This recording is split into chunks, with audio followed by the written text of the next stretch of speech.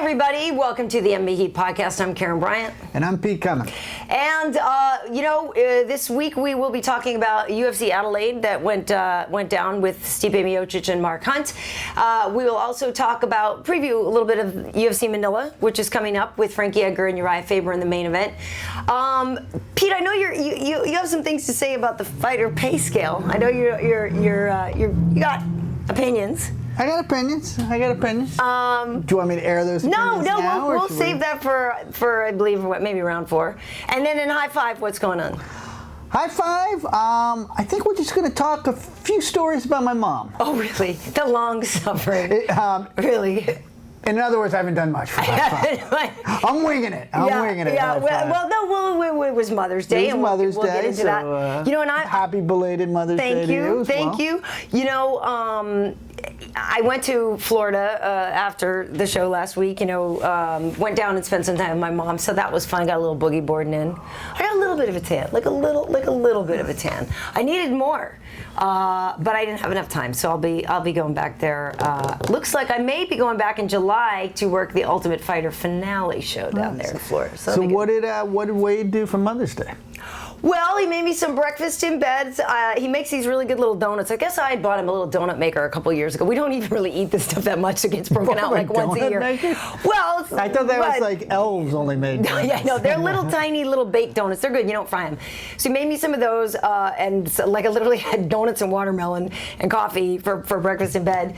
And then we kind of putzed around the house, did a few things, ran a couple of errands. Then we went out to a really nice dinner. Then we went out for sushi. Picture view on the. Oh yes, there's the elevator. Looking pretty good. Well, thank you. Look at that. Well, you know what? I feel like, it may seem narcissistic, but the camera at Fox adds 25 pounds. So I wanted people to know that I had a little something going on under the scenes. Nice, looking pretty hot. Thank you. I had a good time. I had a really good time. But yeah, I had a nice Mother's Day. Although he didn't post anything on social media about me, so I'm not really sure it happened. Mother's Day. Yeah, I got no kind of baby. You're the to best the woman. nothing. Goose egg, goose egg. So I don't know if Mother's Day actually officially happened to be. I was too busy slaving away. Oh, is that right? Like, it really doesn't matter. Actually, I hate when people do that. Like, write the gushiest thing. It seems like such a requirement of my birthday to the man I love. And it's also so posing for everybody else. Right. And it's just that person wanting to hear every other female go, oh, really? Because to me, this was Wade's happy Mother's Day. You want to poke? Pretty much that's what he would have written. If he was really writing what he want to remind everybody how you became a mother, that's really what it would have been. So it's probably Is better. that how Wade does it? No, that's kind of why. That might not be. Is that the 15 pounds of Fox? What position am I in? All right. Who you knows? might be in the Stanislavski vertical. My mom watches it. Bottom up. Stop. Round 1. We might have to go a little overtime on this. We already actually, you know what? Because we make the rules, I'm backing up round 1 a little bit here because we got a little carried away on the SEX talk, Pete. And so now, okay. Round 1, I'm starting it over because we need to give full and ample time to what happened at UFC Adelaide. Okay, so it was the main event that we knew. I don't know how you felt going into this round 1. Stipe Miocic, I think was currently ranked number 4 in there, and Mark Hunt was number 5 or something. Yeah, 4. It was 4 versus 5. Stipe lost a very close fight to Junior Dos Santos in his last outing in December. Many people thought he won that one. It was a very close fight. Mark Hunt, as we know, was taken out by Fabricio Verdum with that amazing knee in the title fight. Went down, and I, going into this one, really did think Stipe was probably going to win. I think Mark Hunt is amazing, and I'm a big fan of his. But Stipe is just a great all-around athlete. And Mark Hunt obviously can land that punch. But if you don't have the endurance to hang in there, it's going to be a long night, which it was. So would we count this as a post-fight prediction? I don't know. Maybe. I think I said last week. We'll have to go back and watch the tape. I too thought it would be stopped late in the 4th round. I picture the 3rd round would be devastating, and people might question the ref's decision. It was. I'm like 100% in my post-fight prediction. Are you in your post-fight? By the way. The ironic thing about that referee, I believe his name is John Sharp. Clearly not. That's the most ironic name. That fight should have been stopped about 15 times. Well, here's the deal, too. If that wasn't Mark Hunt, would that fight have been stopped? Totally. And the referee should never take that into account. Yeah. And also, when they ask Mark Hunt if he wants to continue fighting, of course he's going to say yay. Well, one, he's Mark Hunt. Yeah, thank you. Two, it's being filmed. Yeah. I mean, if you ask me if I want to continue fighting and you have a camera in my face, I'm going to say yes, but I hope you're going to read the fear, hesitation, and utter pussiness in my eyes and make the call. Especially in front of his home crowd, basically. Dude. He's never going to say no. So let's take a look at a picture of Mark actually put up on Facebook. We'll come back to this in a second. Wait if we can. But Mark put on Facebook this great post. You know, the guy is such a bad. Look at that. The old warhorse got beaten up. Sorry, was too tired. Big mistake to be tired when facing the top end. Congrats, Stipe. Well done, mate. Thanks for everyone's support. So really, by the end of the fight, Mark could barely see. His eyes were so. But that's the thing about Mark Hunt is like he literally could have gotten up once, one more time, swung one more punch, and it would have been lights out Stipe. Which I actually watching it was kind of. It wasn't like I was rooting for one guy more than the other, but it was literally like, oh my God, is this going to end with Stipe getting this like crazy knockout, like getting knocked out at the end after just owning him? Well, and you can tell that that's what the crowd was hoping because because every time Mark got up, the crowd was it could happen. Oh, he got owned. It was rough. It was hard to watch after a while, I thought. Yeah, it was very hard to watch. I mean, his old defense was basically this. It sucked. And the thing is people were kind of taking, like, they were kind of yelling at Stipe, I guess, in the audience, booing him because he would take him down. It's like, what do you expect me to do? I can win this fight this way. I will get, like, not hurt as badly. Look at this. This is incredible. 16 minutes of control. 16 minutes and 9 seconds of control for Stipe. 3 seconds for Mark Hunt. It was a great 3 seconds. It was really. That's what she said, people.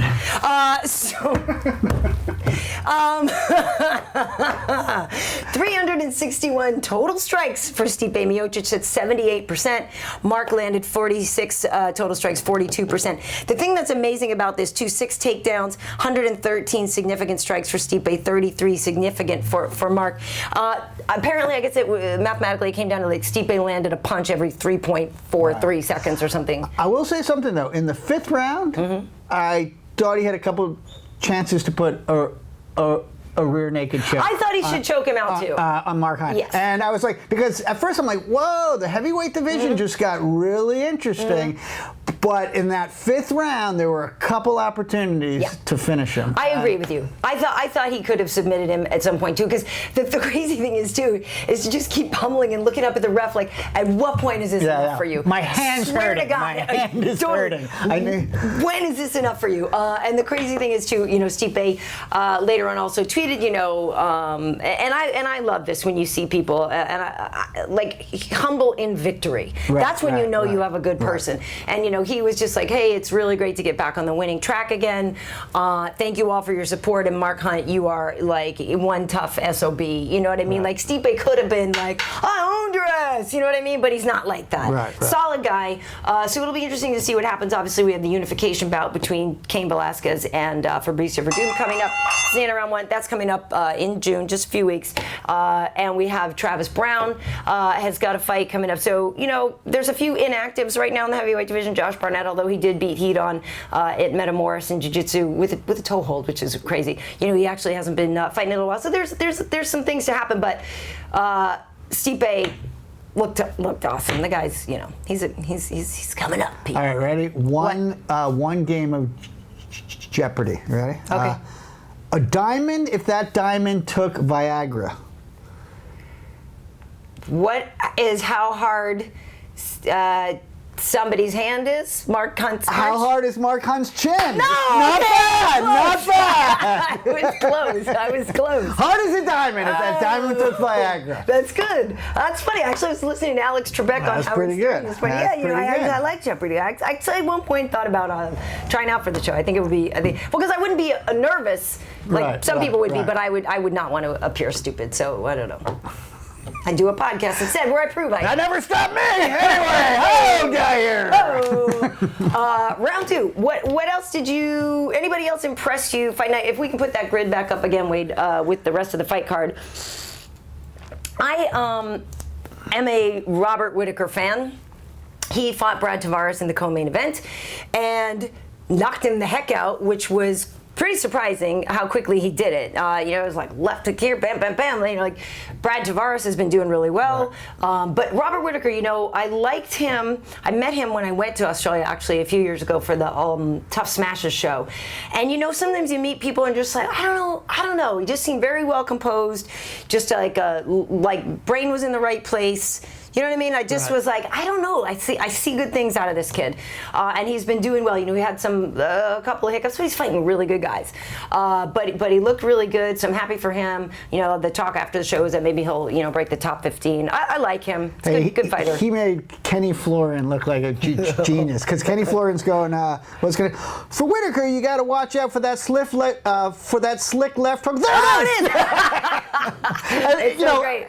And I was like, wait a minute, did you put in that commentary after because I know I'm not watching this live, but no, Kenny knows what's up. Kenny knows what's up. Kenny looked like a genius. Yeah, good for him. No, so I was impressed with Robert Whittaker. It's tough when you get a guy like Parash. Again, these hometown guys. Some of these guys, didn't quite get it done. So he was taken out pretty quickly. Michael Vick also going down there. Michael Vick, look at this dude. If you took no, hold on, no, Michael Vick, James Vick, Michael Vick, sorry, he's an animal. Matthews, James Vick, right. Sorry, my bad. Basically, if Justin Bieber and Canelo Alvarez had a child, right there, man, right there. Did you like that?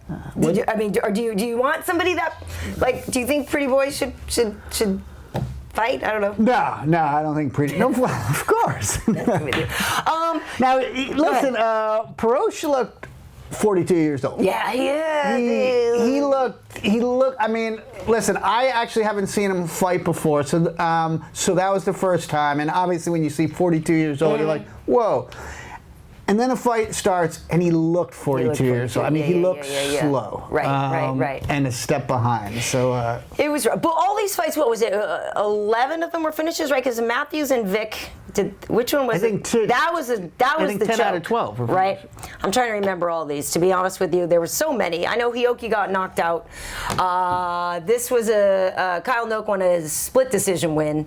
Smiling Sam Alvey. Listen, this guy. He's I love funny. this guy. That's the thing is people like to pick on him. He and his wife look kind of similar. His wife was on the America's Top Model, and he's like Mr. Smiling Guy. This guy travels the world and shuts people up. Like he's just the happiest, happy-go-lucky guy. You can't help but like the guy now. He's getting it done, and he travels all around. Well, he also got tanned on his check, #perfect-tan, right. And he put a slogan, a sponsor, and the UFC was like, clever, it won't happen again. Clever, you'll be but fighting in a blouse again. next time.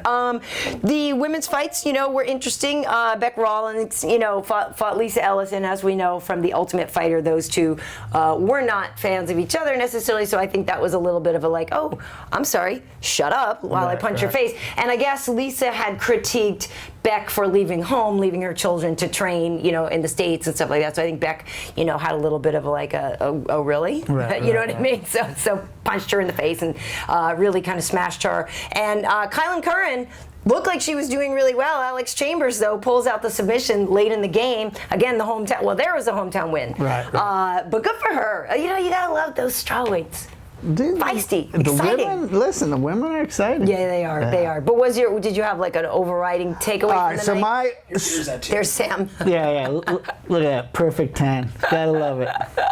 How can you not like that guy? Smile at Sam. Also, though, Sean O'Connell was perhaps the first fighter ever to pitch his novel in his post-fight What did he say? I don't remember. He was just like, I got a novel out there. It's really good. Go get it. No, but hey, come on, man. You gotta love that. Yeah, I guess. I mean, it's nice that he's a writer. You should respect that. He's a fighter who has a novel. A writer, novel. That's good. That's cool. You don't. What? I read. Will you read his novel? I don't know. It depends what it's about. I don't know. And around I think he said what it was about Did he? too. But he's pictured his novel, his radio show. Yeah, I was like, man, it's pretty impressive. Go for it. Like, yeah, well, at least it's somebody planning for the future. We're going to get into the fight or pay in a little bit here, but it's important to plan for your future. I don't know. I mean, I'm surprised. I'm sure somebody's tried to write books. I mean, there was a few movies, obviously, about fighting the warrior and different stuff. But is it going to be like a romance novel set in the gym? The hard Scrabble guy who falls in love with the CrossFit instructor or something. Like, what's the I've been misunderstood my whole life, but in that octagon, there's no misunderstandings. I wouldn't read. I wouldn't read a book like that. It's dangerous for a man like me to have a woman like you by my side. And then there's as he wiped the sweat and the staph infection from his eyes. No, I don't think I would read that. No. All right, round 3. So coming up this weekend, we have UFC Manila. In the main event, we have got Frankie Edgar versus Uriah Faber. So we actually spoke to Frankie Edgar in February at UFC 184, and I asked him about the matchup stylistically. Here's what he had to say about it. Yeah, it's tough to say who has an advantage anywhere. I think we're kind of even and very similar across the board. We both come from the wrestling background. We'll sling him on our feet, and he's maybe known a little bit more for submissions, but I got a submission win in my last fight. It's going to be who dictates. I mean, that's at this level when you get to fight 2 top guys, 2 title fights, or main event fights, it's going to be who dictates, who kind of has the best strategy, and we're both going to be prepared. We're both veterans in this, so I know he wants it, I know I want it. It's going to be exciting. Frankie Edgar, ladies and gentlemen, and I think he's right. Both of these 2 fighters are so experienced. They've seen everything. It's not like some guys coming in there with something they haven't seen or dealt with before. I actually, going into this one, though, I see Frankie victorious partly based on how he just commanded Cub Swanson. Like, that to me was just like, wait, what? Right. And granted, Uriah is better on the ground than Cub Swanson is, but I just didn't expect that. I just was like, blown away. And not that I've ever doubted Frankie and his abilities. He's been in some really close fights, and some of them didn't go his way. I don't know. Uriah is still so crafty. Something about it says Frankie to me, though. This strikes me as like a fighter's fight. Yeah. I mean, these are 2 really experienced guys who just have the whole package. But yeah, I got to give it to Frankie. I just think his striking's a little bit better, and that's it. We'll see. Well, it's interesting, too. We talked to, at UFC 184, we did also talk to Uriah. So we're not going to get a soundbite from him right now, but we did talk to him about the matchup as well. And also for UFC Manila, we have a nice interview with Mark Munoz. Now, as we know, going into this will be Mark's farewell fight. He has closed Rain Training Center. He's going to focus on being a coach, really, to one of his sons, going to be a wrestling coach for him. But, Mark is Filipino, so he's going home to the motherland to fight. He's a hero. There's Manny Pacquiao. Mark is just as loved, almost as I think there's a pretty big drop between Pacquiao and Mark. What I'm not saying Mark's not number 2. I think when Mark went there for PR stuff, like literally, this whole entire mall was packed with people. Like they are very supportive and they love him. Have you been in the Philippines? The entire island is packed with people. Oh, I knew it. But listen, we talked to Mark. We were down in Rain for our last time, which, to be honest with you, it's pretty sentimental. Mark is such a wonderful human being, just right. a wonderful human being, and I really couldn't wish him, any more good. That he's just such a lovely person, and we filmed so many great things down at Rain Training Center. Like, if you go back and look, so by the way, all these are all up on YouTube /Karyn Bryant. So many great memories we have of there, of like filming with Mark the very first time. The first time I interviewed Joseph Benavidez was down there. When he was just getting started, and Uriah standing off to the side telling him how to do an interview. Now you look at Joe B and you can't shut him up. He's perfect on camera now. Just seen so many great training sessions down there. So really, just really wish. I hope, win, lose, or draw, that Mark has the fight he wants. You know what I mean? Right. Obviously, he would love to win against Luke Barnott, but probably really won't be a losing fight. Then. No. But just such a lovely guy. Also on that card, Gegard Mousasi fighting Costa Philippou. Anybody who knows the show knows MMA. We love us some Gegard. Been a fan for a long time, since he fought in Strikeforce and even before this. So, like, he's just a good guy. He also has like one of the greatest names out there. Which one? Gegard. Oh, okay. I thought you mean, if you're gonna come up with like a villain's name, Gegard Mousasi. He's awesome. I've been playing WhatsApp tag with his management stuff, trying to line up an interview for Gegard. Is that the thumbs? That's the thumb, but you can also speak into it now. Gotcha. Yeah. So that's exciting. And I'll be doing the shows at Fox. This is crazy. I have a 1 a.m. call time on Friday and Saturday. For all you coal miners and all this stuff, you obviously work way harder than I do. But this is gonna be interesting because I usually stay up till 1 a.m. So now for me, the process of passing out. Maybe you can show me how to do that. To pass out on the couch at 7:30. Karyn, I'll show you how to do the 7 p.m. pass out. I can also show you the 7 a.m. pass out. Okay, nice. If you like to. Yeah, no, it'll be fun. I can give you the full drool, the full pillow drool. Yeah, so interesting. Yeah, Friday 1 a.m. call time, Saturday 1 a.m. call time. The weigh-in show we will be doing at like 4 in the morning. So like I wrap work on Friday at like 5:15, and then it'll be like, hey, good luck getting the kid ready for school because I was out of town, and so now I gotta make a wrap. You had Mother's Day. What else? Oh yeah. But it's you had a donut in bed and a coffee. Yeah. So it's me, Rashad, Kenny Florian, and I believe we're having Mr. TJ Dillashaw in with us this weekend, so it should be fun. And then on Saturday, literally after I get off of work, because my tennis team needs me, Pete, I will go directly from working for like 10 hours with the 1 a.m. call to go and play some tennis. So Red Bull, let me thank you in advance. It'll be good. Luckily, it's doubles tennis, so I won't have to like do all the work. Quite an active lifestyle. I think you should say Monster. Oh yes. Well, they don't sponsor me. I mean, hey, whoever wants the dollars here, the sponsorship. What? Red Bull is so disgusting. I drink sugar-free Red Bull, okay, and I don't think it's disgusting. Round 4. Speaking of well, what should I do instead? 5-hour energy drinks? What would you have me do? Coffee. I do, but it turns out I drink a grande soy latte with an extra shot of espresso usually. We could touch all the bases when we're working at Fox to stay awake. Foofy. Oh, so I will tell you though, I did.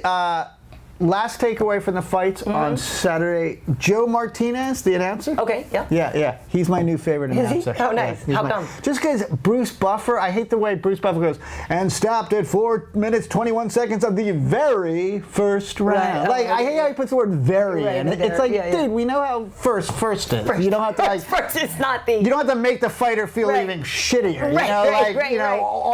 Just announce. You don't have to commentate. And if you are going to commentate, like do it all the way. Like fighting out of Albuquerque, New Mexico. What a shithole of a place that is. It's like, come on, dude.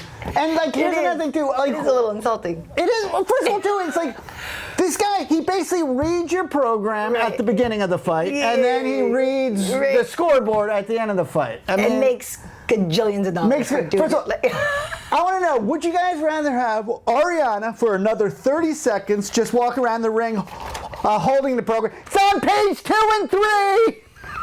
Okay? Ariana. Or Ariana.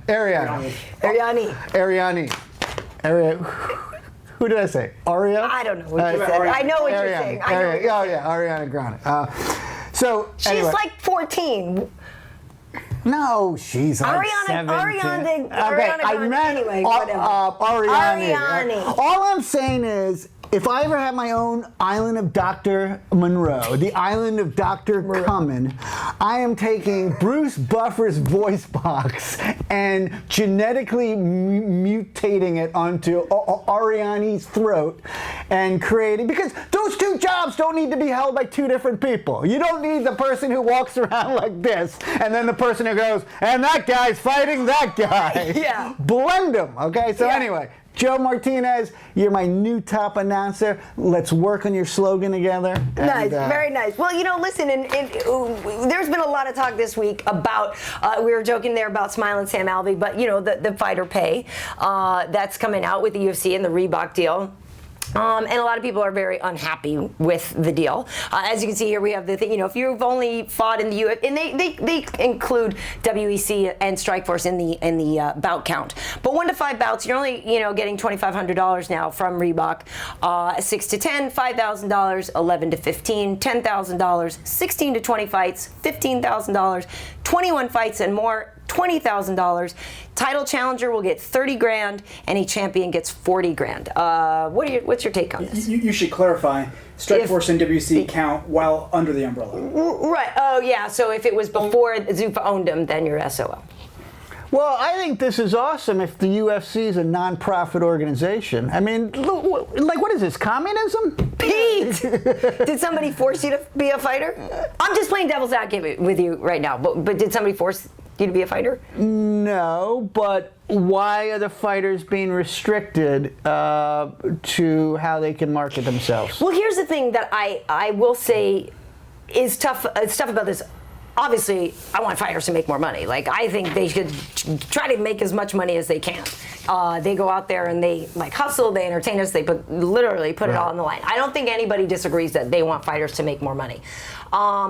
It'll be interesting to see. The problem is, I guess, for some people, you don't know how the UFC will spend the rest of the money. So, what if their reasoning for saving the bulk of the money for themselves is, if they're trying to build a UFC, a new, quote unquote, campus for their thing. What if it means they'll spend more on marketing? Great. Let's hear about it. No, but that's what I'm saying. What if it means, and I don't know, what if it means they'll spend more on marketing? What if it means they'll help you actually, maybe they'll spend money to build these stars more? I don't know. It's also one of those things, though, where you say to the fighter... How about a pension fund? Well, listen. No, but put it out there, because... That's what I'm saying. A lot of people think there should be a fighters union. Because first, the UFC said that they were going to basically give all the money to the fighters. And now it's coming out that, Did they say that? Let's see here. Let's see my notes here. Let's see in my notes. I heard that claimed that it wouldn't make a penny off the deal, and then later said the vast majority of the money would go. When it looks like it's only about 6 to 10% of the long-term deal. Yeah. So 1/6 to 1/10. Yeah. So it's hard. And listen, it's for fight week too. This I will say, it's certainly harder, but people can find a way to get a sponsor for other things that they're doing when it's not. Listen, when you think about it, you fight a couple times a year. So yes, the sponsorship money you would get helped a lot.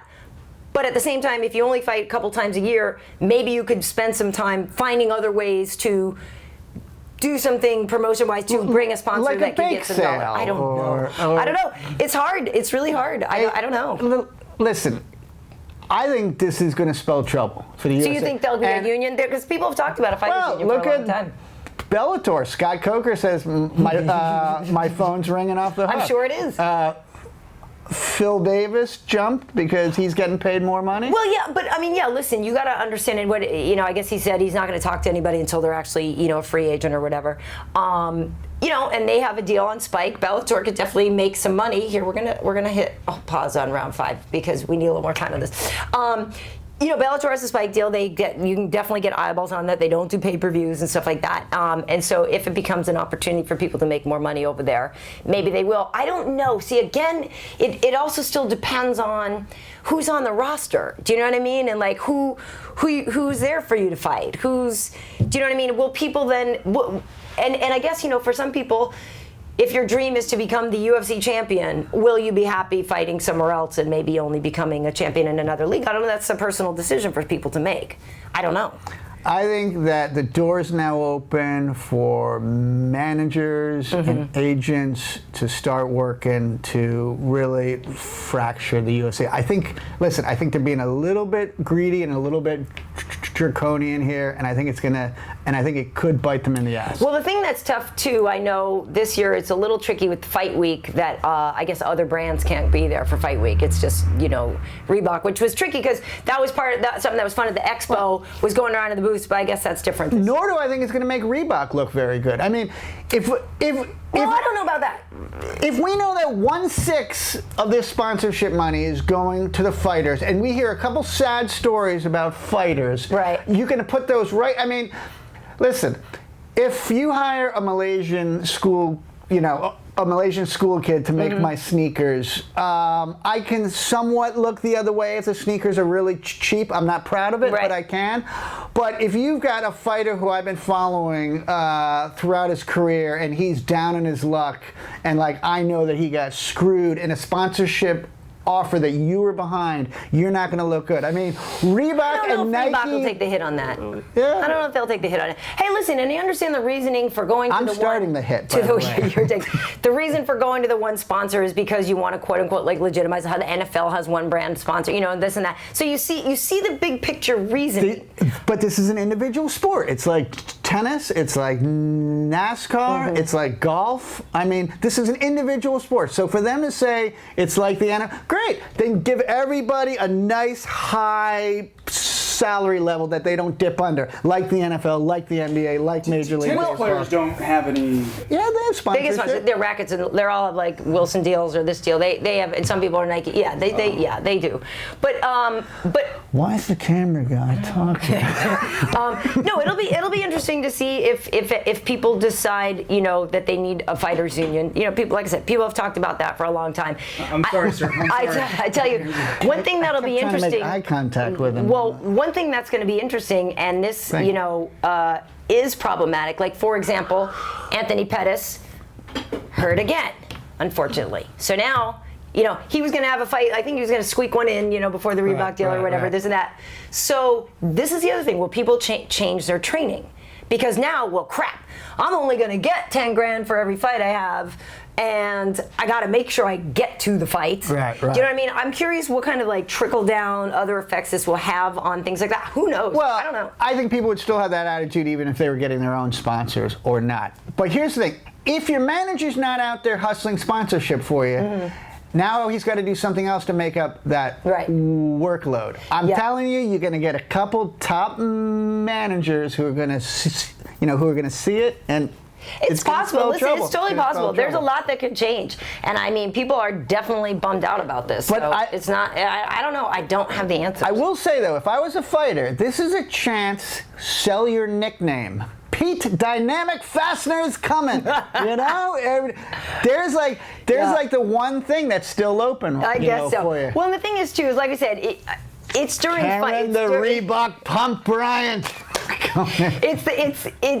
It's for fight week. So like I said, if you are again, this is another reason for people, as much as they hate Conor McGregor, but to learn how to be engaging, learn how to be interesting outside, learn how to give people a reason to want to watch you on something else, or to do other things with you, to where you could make the sponsors be, hey, I'm Carlos Condit and I'm just awesome and I have this going on, where I can make, still get visibility and still be interesting and still get my name and this other brand out there as a sponsor if I'm doing something worth paying attention to. But listen, there's only so many Conor McGregors, and the landscape can only hold so many of them too. I mean, you can only have so many gregarious guys before it becomes like, WWE. Yeah, I don't WWE.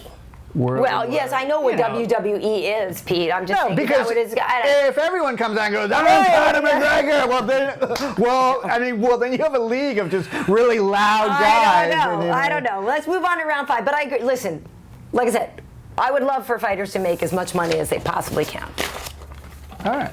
But I don't know. It's tough. I would love tough. the podcast Totally. people to... all of you sponsors that are no longer going to be in the UFC Octagon, come on over. Dynamic Fasteners, I love you, baby. Dude wipes right here. Pete needs you. I need him. Pete needs you.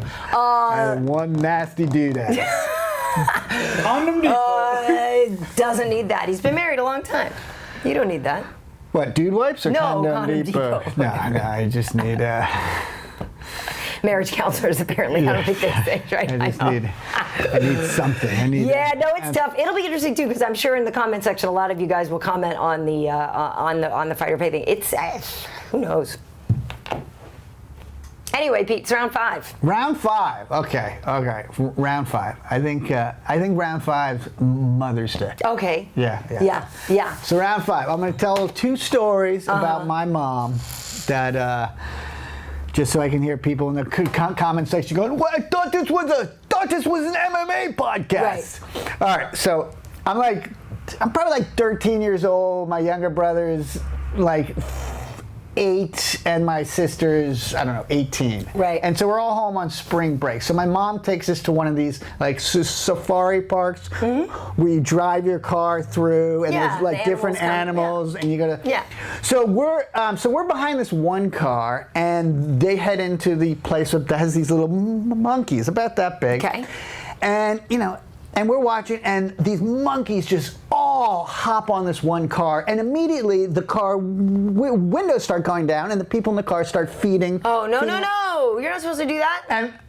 And my mom goes, "Oh my God, can you believe those people?" And I said, "What, Mom, what?" She goes, "Oh, Peter, there's signs. It says do not feed the animals." And she's just really indignant and like indignant, at me. And then we keep going, and now we enter the section, boom, and the monkeys hit our cars. And all of a sudden, my mom, who's driving, and I'm in the back seat, she just turns around and she goes, "Get the grapes! Get the grapes! Get the grapes!" And I'm like, what, get the, and I can't even like understand what she's like, her face is just all distorted, "Get the grapes!" And I finally like kind of go into the back, and there's like a, and there's like a picnic thing, and I pull out like the grapes, well, what do I do with it? She goes, "Feed the monkeys!"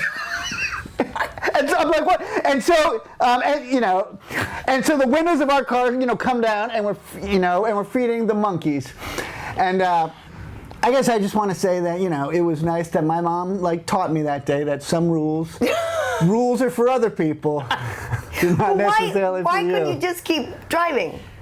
Because as soon as those monkeys hit the car, everyone's first reaction is, "Oh my God, feed them!" But I don't know. I don't know. I was given this whole lecture. Stay in motion. The monkeys will just wait for the next sucker to come. No, but we didn't want. I guess she wanted to partake. Well, anyway, so here's the funny thing. As we're driving out, and there's a guard, and he just stands there and waves at every car coming out. Well, we feed the monkey grapes. Well, what the monkeys do is they take the grapes, in their mouth, and then they spit out the skin of the grape. Right. Okay. So as we're driving out, our car is covered with grape skins. We had to pull to a gas station and hose it down. So basically, he's like this, and we're like, "Hi, asshole! We totally don't respect you or your rules." Wow. So that's one fun mom story. Mom, yes, knows the rules to be broken. I have another one if we have time.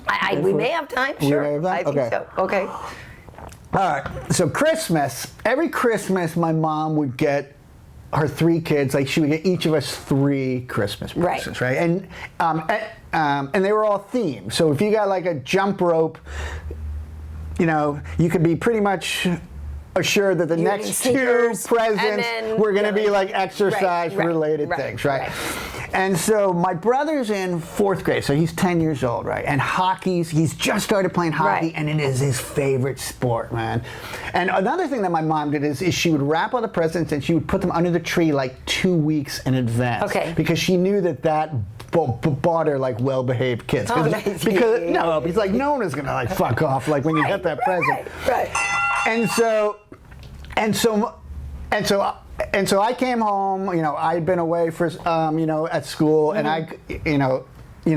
and I come home, and my brother's just so excited, and he pulls me to the tree, and he knows, where everyone's, presents are. He's been salivating for a week, and he shows me his 3 presents, and the final one is this one, and it's big, and it's heavy. Skates. And he's just Right.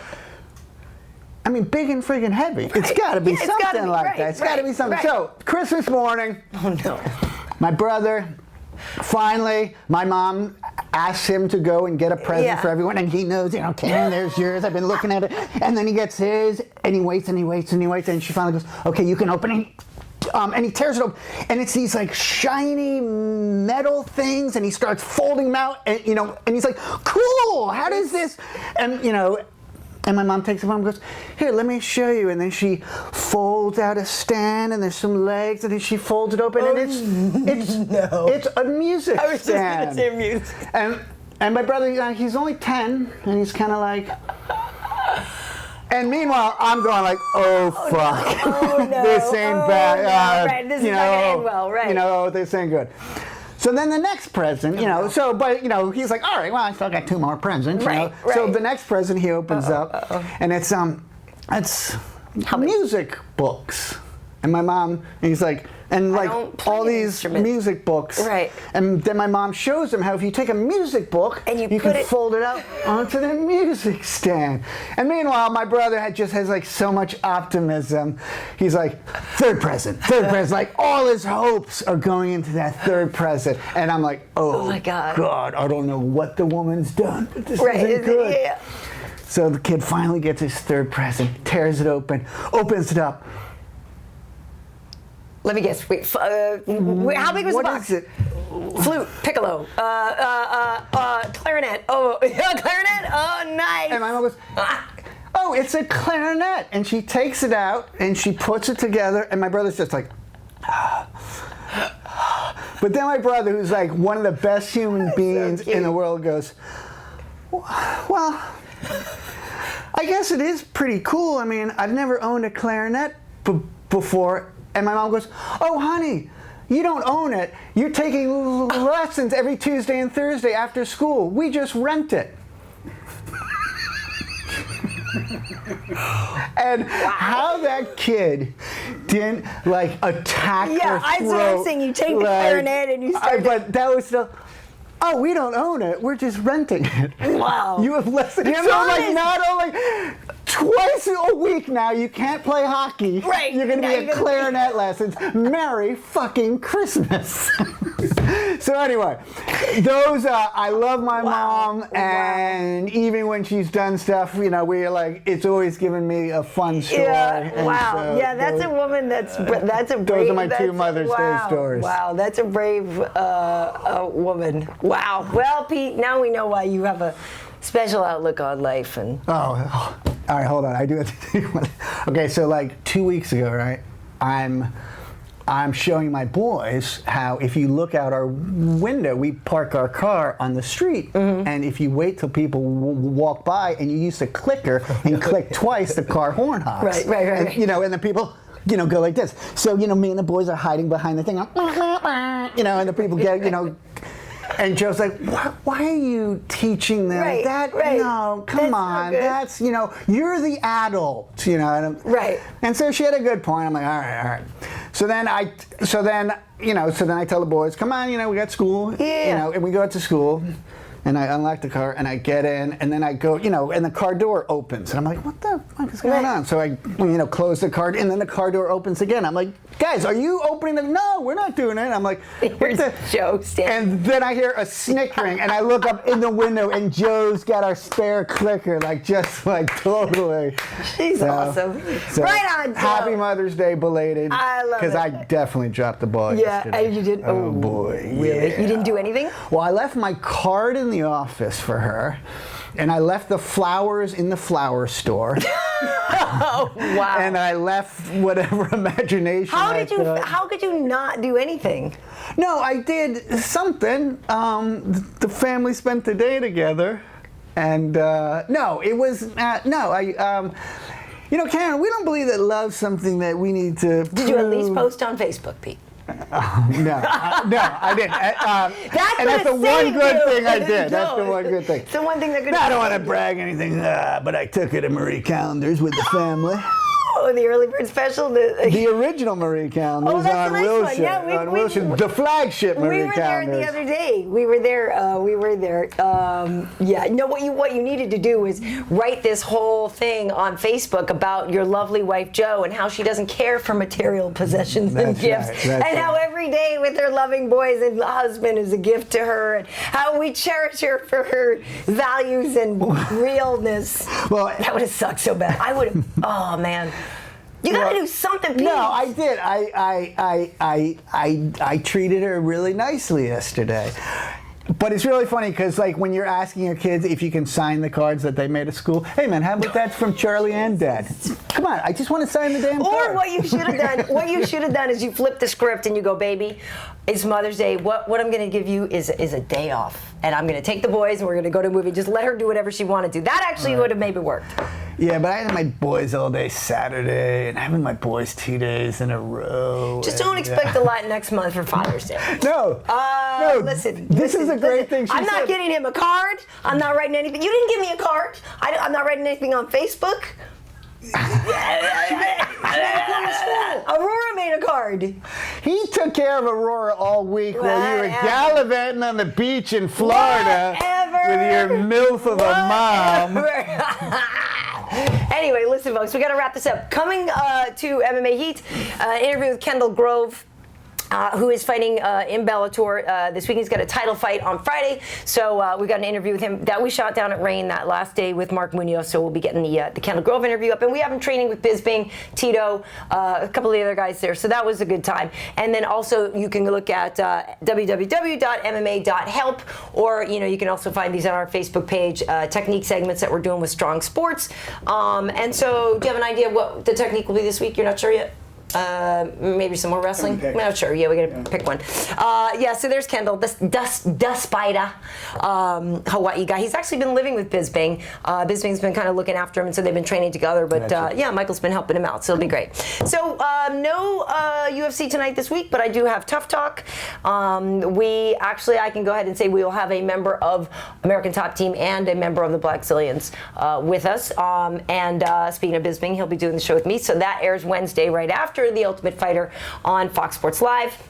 Friday weigh-in show, Saturday pre-fight show, fights, post-fight show, all that good stuff. It's super early, 7 a.m. on the East Coast, 4 a.m. on the West.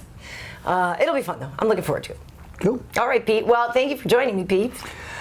You're welcome. And thank you for dressing for the occasion. If you guys haven't noticed, Pete doesn't really give much care to what he wears. First of all, just because, okay. I think of black shirts. How about Johnny Cash? That guy wore black his entire life, and all of a sudden, like, he's the man in black, and it's cool. But when You're I not do it, Johnny it's Cash. a clean black shirt. Is it? Yeah. Why is it? I do. Yes. Well, I mean, I've been wearing it since this morning. I'm also saying you've been wearing it since the late 80s. It looks a little faded, but I'm just going to say, whatever. You know, Karen, I have you know that in the comments section, there was only one of us who was told that they had a gigantic part of their body.